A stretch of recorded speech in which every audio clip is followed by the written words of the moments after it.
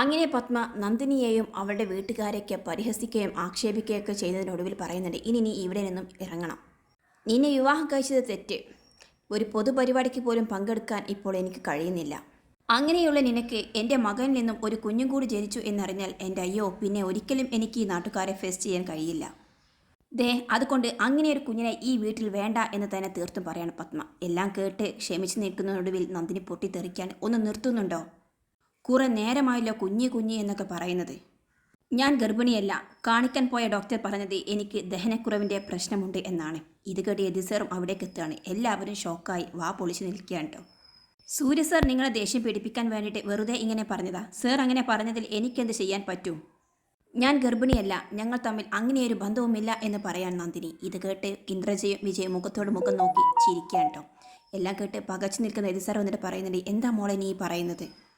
ഇവരൊക്കെ നിന്നെ ദേഷ്യം പിടിപ്പിക്കാൻ വേണ്ടി ഇങ്ങനെയൊക്കെ പറയുന്നുണ്ടെന്ന് കരുതി നീ ഇങ്ങനൊരു കാര്യം പറയാൻ പാടുണ്ടോ മോളെ എന്ന് ചോദിക്കുകയാണ്. അപ്പോൾ നന്ദിനി കരഞ്ഞുകൊണ്ട് പറയുന്നുണ്ട്, സർ ഞാൻ പറഞ്ഞത് കള്ളമല്ല.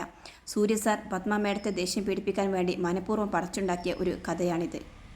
അതിന് എന്നോട് വഴക്കുണ്ടാക്കേണ്ട എന്ന് നിങ്ങൾ ഇവരോടൊന്ന് പറയുമോ? ഞാൻ കൈകൂപ്പി പ്രാർത്ഥിക്കുന്ന എൻ്റെ താന്നിയൂരമ്മയാണ് സത്യം. എനിക്കങ്ങനെയൊന്നുമില്ല. യതി സാർ ഇത് കേട്ടത് മോളെ എന്ന് ദയനീയമായി വിളിക്കുകയാണ്. നന്ദിനി പറയുന്നത്, ഞാൻ എന്ത് ചെയ്യാനാ സർ? ഇങ്ങനെ ഓരോ കള്ളങ്ങൾ പറഞ്ഞ് അച്ഛനെ വേദനിപ്പിക്കല്ലേ എന്ന് ഞാൻ പറഞ്ഞപ്പോഴും സൂര്യ സർ അത് കേട്ടില്ല. ഇല്ലാത്ത കാര്യത്തിനാണ് ഞാൻ ഈ ചീത്ത മുഴുവൻ കേൾക്കുന്നത്. എനിക്കൊരു കുഞ്ഞിനെ പ്രസവിക്കണമെന്നൊന്നുമില്ല. അതുവഴി ഇവിടുത്തെ സ്വത്തുക്കൾ കൊള്ളയടിക്കണമെന്നുള്ള ഉദ്ദേശവും എനിക്കില്ല. എൻ്റെ കുടുംബം പാവപ്പെട്ടതാണ് സർ. പട്ടിണി കിടക്കേണ്ടി വന്നാലും അവരത് കെട്ടിപ്പിടിച്ച് കിടന്ന് സഹിച്ചോളും. അവർ ഒരു സമ്പാദ്യവും സ്വപ്നം കണ്ടിട്ടില്ല. എന്നെയും എൻ്റെ കുടുംബത്തെയും വെറുതെ വിടാൻ പറ സാർ എന്നും പറഞ്ഞ് കരഞ്ഞുകൊണ്ട് കണ്ണീരിനെ തുറച്ചുകൊണ്ട് അവൾ അകത്തേക്ക് പോവുകയാണ്. എല്ലാം കേട്ട് നിശ്ചലമായി നിൽക്കുകയാണ് യതി സാറ്. എന്നാൽ ബാക്കിയുള്ള പത്മയുടെ മക്കളുടെ മുഖത്താകട്ടെ ഭയങ്കര ചിരിയും. എന്നിട്ട് പൊട്ടിച്ചിരിച്ചുകൊണ്ട് യതി സാറ് പരിഹസിക്കുകയാണ് കേട്ടോ പത്മ. അയ്യോ, എന്ത് പറ്റി? മകൻ ചതിക്കുമെന്ന് പ്രതീക്ഷിച്ചില്ല അല്ലേ? ദേ, ഉള്ളറിഞ്ഞ് സ്നേഹിച്ചവരെ മുഴുവൻ അവൻ ചതിച്ചിട്ടേ ഉള്ളൂ. അവൻ എന്നെ വേദനിപ്പിക്കുമ്പോൾ നിങ്ങൾ ഉള്ളിൽ ചിരിച്ചിരുന്നു. ഇത് അവൻ നിങ്ങൾക്ക് തന്ന ഷോക്കാണ്. അവൻ തരുന്ന വേദന എന്താണെന്ന് നിങ്ങളും കൂടി ഒന്ന് അറിഞ്ഞേക്ക് എന്ന് പറഞ്ഞ് പൊട്ടിച്ചിരിച്ചുകൊണ്ട് അയ്യോ എന്നും പറഞ്ഞ് മുകളിലേക്ക് പോവാണ്. പിന്നാലെ തന്നെ വേദയും ഇന്ദ്രജയും വിജയും പോവാണ്. വിജയാട്ടെ യതി സാറുടെ അടുത്തെത്തുമ്പോൾ ഒരു ഇല്ലാതെ ഉണ്ടാക്കി ചിരിക്കുകയാണ് കേട്ടോ. എന്നിട്ട് അയ്യോ വയ്യേ എന്നൊക്കെ പറഞ്ഞ് അകത്തേക്ക് ഇറങ്ങിപ്പോവാണ്. എല്ലാവരും പോയ ശേഷം യതി സാറ് അവിടെ നിന്ന് പൊട്ടിക്കരയാണ് കേട്ടോ. ശേഷം അദ്ദേഹം കണ്ണ് തുറച്ചതിന് ശേഷം ഫോൺ എടുത്തിട്ട് പുറത്തേക്ക് ഇറങ്ങാണ്. എന്നിട്ട് സൂര്യയെ വിളിക്കുന്നത്. സൂര്യ, നീ എവിടെയുണ്ട് എന്ന് ചോദിക്കാൻ. ഞാൻ ടൗണിലുണ്ട് അച്ഛാ എന്ന് പറയാണ്. കറക്റ്റായിട്ട് എവിടെ എന്ന് പറയും കേട്ടോ. അങ്ങനെ അവൻ പ്ലേസ് പറഞ്ഞു കൊടുക്കുകയാണ്. നീ എവിടെ നിൽക്കുക, ഞാൻ അവിടേക്ക് വരാം, എനിക്ക് നിന്നെ അത്യാവശ്യമായിട്ടൊന്ന് കാണാനുണ്ട് എന്ന് പറയുന്നുണ്ട്. അങ്ങനെ സൂര്യ അവിടെ വെയിറ്റ് ചെയ്യാണ്. അദ്ദേഹം വണ്ടിയും എടുത്ത് പുറത്തേക്ക് പോവുകയാണ് കേട്ടോ. ശേഷം അദ്ദേഹം സൂര്യ എത്തിയ സ്ഥലത്ത് വന്ന് നിൽക്കുകയാണ്. ഉള്ളിലുള്ള വേദനകളെല്ലാം കടച്ചു പിടിച്ചുകൊണ്ട് അദ്ദേഹം ചിരിച്ചുകൊണ്ട് അവൻ്റെ മുന്നിൽ നിൽക്കുകയാണ്. എന്താ അച്ഛ എന്ന് ചോദിക്കുന്നുണ്ട് അവൻ. അതെ, നീ നന്ദിനിയെയും കൂട്ടി അവളുടെ വീട് വരെ ഒന്ന് പോകണം. എന്തിനാണ് അച്ഛ എന്ന് ചോദിക്കുന്നുണ്ട് അവൻ. നന്ദിനി പ്രഗ്നൻ്റ് അല്ലേ, ആ സന്തോഷം ആ കുടുംബത്തിന് കൂടി അവകാശപ്പെട്ടതല്ലേ എന്ന് ചോദിക്കുകയാണ് അദ്ദേഹം. സൂര്യയുടെ മുഖം വല്ലാതെ അങ്ങ് മാറുന്നുണ്ട്. സൂര്യ പറയുന്നുണ്ട്, അതൊന്നും വേണ്ട അച്ഛാ. ഇത് സാർ പറയുകയാണെങ്കിൽ അതൊക്കെ വേണം. വിവാഹം കഴിച്ചയച്ച പെൺകുട്ടികൾ പ്രഗ്നൻ്റ് ആകുമ്പോൾ അവരുടെ വീട്ടിലേക്ക് ചെല്ലുന്നത് സാധാരണയാണ്. അതിനൊക്കെ ചില ചടങ്ങുകളുണ്ട്. താന്നിയൂരമ്മയുടെ മുന്നിൽ പോയി ചില പ്രാർത്ഥനകളുണ്ട്. അതൊക്കെ ഈ സമയത്ത് അത്യാവശ്യമാണ്. ജനിക്കാൻ പോകുന്ന കുഞ്ഞിൻ്റെ ആരോഗ്യത്തിനും ആയുസ്സിനും ഇത് നല്ലതാണ്. സൂര്യയുടെ മുഖമാട്ടെ വല്ലാത്തങ്ങാവുകയാണ്. അല്ല, എപ്പോഴാണ് നിങ്ങൾ പോകുന്നത് എന്ന് ചോദിക്കുകയാണ് അദ്ദേഹം. ഇന്ന് പോകാം, അല്ലെങ്കിൽ നാളെ പോകാൻ നോക്കാം അച്ഛാ. ആ, അതൊക്കെ ഓക്കെ. അല്ല, എന്താ നിൻ്റെ പ്ലാനുകൾ, ഇനി അടുത്ത കാര്യങ്ങളൊക്കെ ഞാൻ ചോദിക്കുകയാണ്. അപ്പോൾ സൂര്യ പറയുന്നുണ്ട്, ഇപ്പോൾ നന്ദിനിക്ക് വലിയ പ്രശ്നമൊന്നുമില്ലല്ലോ, ഇങ്ങനെയൊക്കെ പോട്ടെ, കുറച്ച് കഴിഞ്ഞ് നമുക്ക് ഒരു ഹോം നേഴ്സിനെ വെക്കാം, അതിലെ നാട്ടു നടപ്പ്. അത് കഴിഞ്ഞ് ഒരു 7 മാസം ആകുമ്പോൾ അവരുടെ വീട്ടിലേക്ക് കൂട്ടിക്കൊണ്ട് പോകാം. പിന്നീട് അവളുടെ കാര്യങ്ങളെല്ലാം മുത്തശ്ശി നോക്കിക്കോളുമല്ലോ. മുത്തശ്ശിക്ക് എല്ലാ കാര്യവും നല്ല പരിചയമുള്ളതല്ലേ, പ്രസവം വരെ അവിടെ നിൽക്കട്ടെ എന്നൊക്കെ പറഞ്ഞ് അവൻ വാർത്ത ഓരാതെ സംസാരിക്കാൻ. എല്ലാത്തിനും ഒടുവിൽ എന്നിട്ടോ പിന്നെ എന്നൊക്കെ ചോദിച്ച് അദ്ദേഹം വീണ്ടും ചോദിക്കുകയാണ്. പിന്നെ എന്ന് പറഞ്ഞ് അവൻ ആലോചിച്ച് നിൽക്കുകയാണ്. എന്നിട്ട് എന്താണ് നിനക്ക് പറയാനുള്ളത്? നീ പോലും എന്നെ പറ്റിക്കുകയാണെന്ന് ചോദിച്ചുകൊണ്ട് മുഖത്തേക്കൊന്ന് കൊടുക്കുകയാണ്. ആ അടി വീഴുകൊണ്ട് ശരിക്കും സൂര്യക്ക് കാര്യം ബോധ്യമാകുന്നത്. സൂര്യ അച്ഛ എന്ന് വിളിക്കുന്നുണ്ട്. അദ്ദേഹം പറയുന്നുണ്ട്, ഡോക്ടറുടെ അടുത്ത് പോയി നീ പ്രഗ്നൻസി കൺഫേം ആണ് എന്ന് പറഞ്ഞ് വിളിച്ചപ്പോൾ ഞാൻ അറിയാതെ സന്തോഷം കൊണ്ട് തുള്ളിച്ചാടിപ്പോയി. വരാൻ പോകുന്ന സൗഭാഗ്യവും നിന്റെ കുഞ്ഞിനെ താലോലിക്കുന്നതെല്ലാം ഞാൻ സ്വപ്നം കണ്ടടാ. ഒക്കെ വെറുതെ ആയിരുന്നു എന്ന് നന്ദിനി പറഞ്ഞു. ഞാൻ നിന്നെ സ്നേഹിച്ചതിന് എന്ത് അർത്ഥമാടാ ഉള്ളത്? ഇത്രയൊക്കെ കോമാളിയാക്കണമായിരുന്നോടാ എന്നെ? സൂര്യ അച്ഛ ഞാൻ എന്ന് പറയാണ്. നിർത്ത്. അമ്മയെ പറ്റിക്കാനാണ്, മറ്റുള്ളവരെ അപമാനിക്കാനാണ് എന്നുള്ള കാര്യങ്ങളൊന്നും നീ എന്നോട് പറയണ്ട. ഒരു പെണ്ണിൻ്റെ വയറ്റിൽ കുഞ്ഞുണ്ടെന്ന് പറയുന്നതും വിശ്വസിപ്പിക്കുന്നതും പൊറുക്കാനാവാത്ത തെറ്റ് തന്നെയാണ്. കോടാലി കൊണ്ടാടാ നീ എൻ്റെ മനസ്സിനിട്ട് വെട്ടിയത് എന്നും പറഞ്ഞുകൊണ്ട് അദ്ദേഹം അവിടെ നിന്ന് പോകാൻ നിൽക്കുകയാണ്. ആ സമയത്ത് അച്ഛ അച്ഛ എന്ന് വിളിച്ചുകൊണ്ട് സൂര്യ പിന്നാലെ ഓടിച്ചെന്ന് പിടിക്കുന്നുണ്ട്. പക്ഷേ എതി സാറ് അദ്ദേഹത്തിൻ്റെ കൈ പിടിച്ച് തട്ടി മാറ്റുകയാണ് കേട്ടോ. എന്നിട്ട് വണ്ടിയിൽ കയറി പോരുകയാണ്. സൂര്യ ആവട്ടെ ആകെ തകർന്ന അവസ്ഥയിൽ നിറക്കണ്ണുകളോടെ അത് നോക്കി നിൽക്കുകയാണ്. പിന്നീട് കാണിക്കുന്നത് രാത്രിയിലെ സൂര്യയുടെ വീടാണ്. അവിടെ വേദ ടെൻഷനായിട്ട് അങ്ങോട്ടും ഇങ്ങോട്ടും മുറിക്കുള്ളിൽ നടക്കുകയാണ്. ആ സമയത്ത് അവിടേക്ക് ഇന്ദ്രജയും വിജയും വരുന്നുണ്ട്. വേദ നിനക്ക് എന്ത് പറ്റിയെന്ന് ചോദിക്കുകയാണ് ഇന്ദ്രജ. വിജയ് ചോദിക്കുന്നത് കോളേജിൽ വല്ല പ്രശ്നമുണ്ടോ മോളെ? അപ്പോൾ വേദ പൊട്ടിത്തെറിക്കുകയാണ്. ഇപ്പോഴെങ്കിലും അത് ചോദിക്കാൻ തോന്നിയല്ലോ. കോളേജിൽ എനിക്കെന്ത് പ്രശ്നം? എൻ്റെ പ്രശ്നങ്ങളെല്ലാം ഇപ്പോൾ വീട്ടിലല്ലേ? ഇന്ദ്രജ പറയുന്നത് ഇപ്പോൾ എന്ത് പ്രശ്നം? നന്ദിനി പ്രഗ്നൻ്റ് എല്ലാം തെളിഞ്ഞു കഴിഞ്ഞില്ലേ, പിന്നെ എന്ത് പ്രശ്നമാണ് നീ വീട്ടിലെ? വേദ പറയുന്നത് നന്ദിനി പ്രഗ്നൻ്റ് ആരും പ്രസവിച്ചാലും എനിക്ക് യാതൊരു പ്രശ്നവുമില്ല. ഇതുവരേക്കും ചേച്ചിയും ചേട്ടനും കൂടി ചേർന്ന് ടെൻഡറിൻ്റെ ഓരോ പ്രശ്നങ്ങൾ, അത് കഴിഞ്ഞ് ഇപ്പോൾ നന്ദിനിയുടെയും സൂര്യയുടെയും ഓരോ പ്രശ്നങ്ങൾ. എല്ലാത്തിനുമിടയിൽ എൻ്റെ കാര്യം ആരും ശ്രദ്ധിക്കുന്നില്ല എന്ന് പറയാണ്. നിനക്കെന്താ പറ്റിയതെന്ന് ചോദിക്കുന്നത് ഇന്ദ്രജ.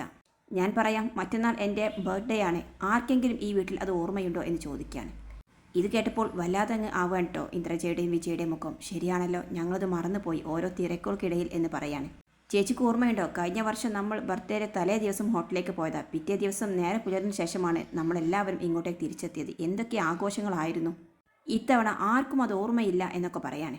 ഇങ്ങനെ പോയാൽ നേരെ പുലരുമ്പോൾ ഞാൻ ഈ വീട്ടിൽ നിന്നും ഇറങ്ങിപ്പോവും. എന്നിട്ട് വഴിയിൽ തെണ്ടിത്തിരിഞ്ഞ് വല്ല പിച്ചക്കാരുടെയും കൂടെ എൻ്റെ ബർത്ത്ഡേ ആഘോഷിക്കും. അതായിരിക്കും ഇപ്പോഴത്തെ ഈ സിറ്റുവേഷനേക്കാൾ നല്ലത് എന്നൊക്കെ പറയാണ്. ഇന്ദ്രജ പറയുന്നുണ്ട്, മോളെ വേദ നീയൊന്ന് അടങ്ങ്. മമ്മി ഓരോ തിരക്കുകൾ കാരണം ഇത് മറന്നു പോയതാണ്. ഞാൻ മമ്മിയോട് ഈ കാര്യങ്ങളെ സംസാരിക്കാം. കാരണം ഇപ്പോഴത്തെ സിറ്റുവേഷനിൽ മമ്മിയാണ് നന്ദിനിക്ക് ഇങ്ങനെ സംഭവിച്ചതിൽ ഏറ്റവും കൂടുതൽ സന്തോഷിക്കുന്നത്. അച്ഛൻ്റെ കാര്യം ഇപ്പോൾ അച്ഛൻ ആകെ തകർന്നിരിക്കുകയാണ്, അതുകൊണ്ട് അത് നോക്കേണ്ട. പക്ഷേ ആ ഒരു കാര്യം പറഞ്ഞ് നമുക്ക് മമ്മിയോട് ഈ ബർത്ത്ഡേ ആഘോഷമാക്കാൻ പറയാം എന്നൊക്കെ പറയാണ്. എൻ്റെ കാര്യത്തിൽ നിങ്ങൾ ആരും ഇത്ര റിസ്ക് എടുക്കണ്ട എന്നൊക്കെ പറഞ്ഞുകൊണ്ട് അവൾ അകത്തേക്ക് പോവുകയാണ്. ശേഷം ഇന്ദ്രജയും വിജയും പറയുന്നുണ്ട്, എന്തായാലും ഈ ഒരു അവസരം നമുക്ക് മുതലെടുക്കണം. മമ്മിയെ കൊണ്ട് തന്നെ ഈ ഒരു സന്തോഷം നമുക്കൊരാഘോഷമാക്കി മാറ്റണം എന്നൊക്കെ പറഞ്ഞിട്ട് അവരകത്തേക്ക് പോവുകയാണ്. ശേഷം കാണിക്കുന്നത് സൂര്യ റൂമിലെ ആകെ തകർന്ന് കരഞ്ഞ നിറക്കണ്ണുകളുമായിട്ട് അങ്ങോട്ടും ഇങ്ങോട്ടും നടക്കുകയാണ്. അപ്പോഴാണ് നന്ദിനി അവിടേക്ക് വരുന്നത്. സാർ എന്ന് വിളിക്കുന്നുണ്ട്. സൂര്യ ഒന്നും മിണ്ടുന്നില്ല. അവൻ വീണ്ടും മുന്നോട്ടേക്ക് നടക്കുകയാണ്. വീണ്ടും നന്ദിനി സൂര്യയുടെ അടുത്ത് പോയി നിന്നിട്ട് സാർ എന്ന് വിളിക്കുകയാണ്. സാർ എന്താ പുറത്തുനിന്ന് പോകാതിരുന്നത്? ഇന്ന് സാർ കുടിച്ചില്ലേ? ഇല്ല എന്ന് പറയാണ് സൂര്യ. അതെന്തു പറ്റി എന്ന് ചോദിക്കുകയാണ്. അപ്പോൾ സൂര്യ പറയുന്നുണ്ട്, താൻ ഇന്ന് അച്ഛനെ കണ്ടോ? ഇല്ല എന്ന് പറയാണ്ട് അവൾ. അപ്പോൾ സൂര്യ പറയുന്നുണ്ട്, അച്ഛൻ എന്നോട് പിണങ്ങിയിരിക്കുകയാണ്, അച്ഛന് വല്ലാത്ത സങ്കടമായി. ഇത് കേട്ടത് നന്ദിനി പറയാൻ, സാറിനോട് ആദ്യമേ പറഞ്ഞില്ലേ അച്ഛന് ഈ രീതിയിലുള്ള പ്രതീക്ഷകളൊന്നും കൊടുക്കരുത് എന്ന്. അപ്പോൾ സൂര്യ പറയുന്നുണ്ട്, എല്ലാം ഒരു കളിതമാശയായിട്ട് എടുക്കുമെന്നാണ് ഞാൻ കരുതിയത്. പക്ഷേ അച്ഛനത് കഴിഞ്ഞില്ല. അച്ഛൻ എന്നെ അടിച്ചതിൽ എനിക്കൊരു പരാതിയുമില്ല. പക്ഷേ അച്ഛൻ എന്നോട് മിണ്ടാതിരിക്കുന്നത് അതിനെക്കൊണ്ട് താങ്ങാൻ പറ്റില്ല നന്ദിനി. ഈ കുടുംബത്തിലെ എല്ലാവരും എനിക്ക് ശത്രുക്കളാണ്. പക്ഷേ ഈ ലോകത്ത് എന്നെ സിൻസിയറായിട്ട് സ്നേഹിക്കുന്നത് എൻ്റെ അച്ഛൻ മാത്രമാണ്. എല്ലാത്തിനും അച്ഛൻ എൻ്റെ കൂടെ നിൽക്കുന്നത് തന്നെ എൻ്റെ ഒരു ധൈര്യമാണ്. ഇങ്ങനെയൊക്കെ പറഞ്ഞ് സൂര്യ കണ്ണിറങ്ങി നിൽക്കുമ്പോൾ നന്ദിനി എന്നിട്ട് പറയുന്നുണ്ട്, എല്ലാവരോടും എനിക്ക് പറയേണ്ടി വന്നു സാർ. എന്നായാലും ഈ കള്ളക്കഥയ്ക്ക് ഒരു അവസാനം വേണമല്ലോ.